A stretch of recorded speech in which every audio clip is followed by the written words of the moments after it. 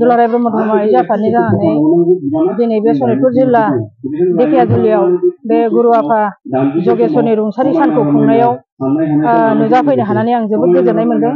दा दिनैनि बे गुरु आफानि रुंसारि सानखौ मानो थाखाय जोङो खुंनाय जायो होनब्ला आफानि माखासे मावनानै गालांनाय बिगोमाखौ जोङो बे फैबाय थानाय इयुन जेनेरेसननो जों फोरोंलांनांगोन, खिन्थालांनांगोन।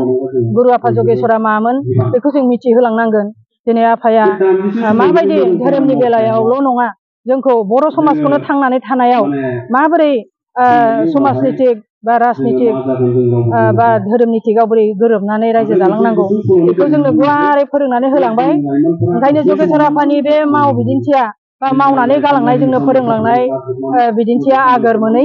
बिनि थाखायनो जोङो जाहाथे बुहुमाव गुवारै ब्रह्म धर्मनि आइ आफामोना मिथिथों बेखौ थांखि लानानैनो जों बे दिनैनि हाबाफारिखौ खुंनाय जादों।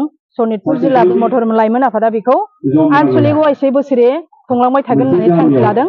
आरो बे थांखिया जाहाथे जेब्लायबो जाफुंसार जायो, बेयाव जोंबो जेब्लायबो हेफाजाब थागोन। दा जोङो बेखौ फोरमायथ'नानै होनो हाया। आइमोन आफामोन गोबां जोंहा खहा जालांबाय।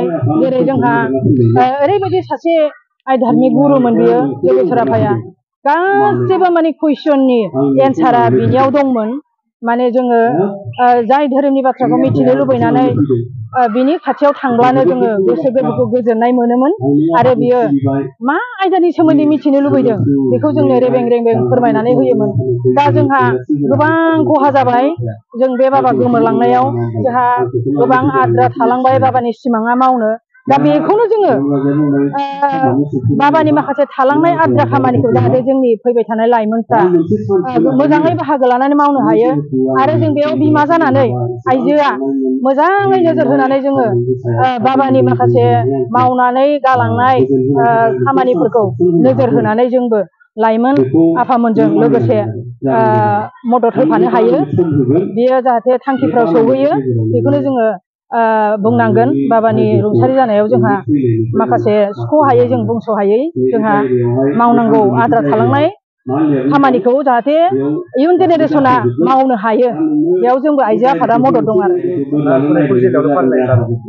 बेखौ सिदायै जों बुंनांगोन दिनै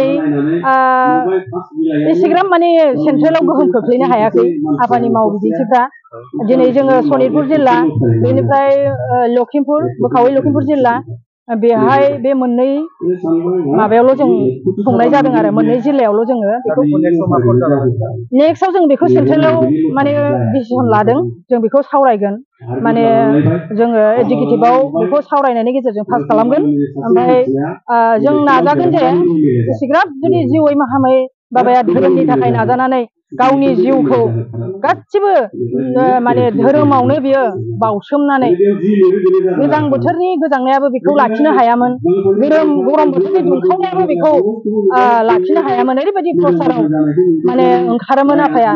बेनि मावनाय बिहोमाखौ नायनानै जोङो बेखौनो बुंनांगोन जे माने जोङो बिनि मावनायखौ सेन्ट्रेल लेभेलाव जोङो सावरायनायनि गेजेरजों जाहाथे गासैबो बुहुमनि ब्रह्म धर्म सिबियारिफ्रानो बिनि रुंसारि सानखौ जाहाथे फालियो बा बिनि बुंलांनाय बोसोनफोरखौ आखरे आखरे फालिनो हायो, बेखौ जोङो सेन्ट्रेल लेभेलाव प्रसेस खालामगोन आरो जों नाजागोन।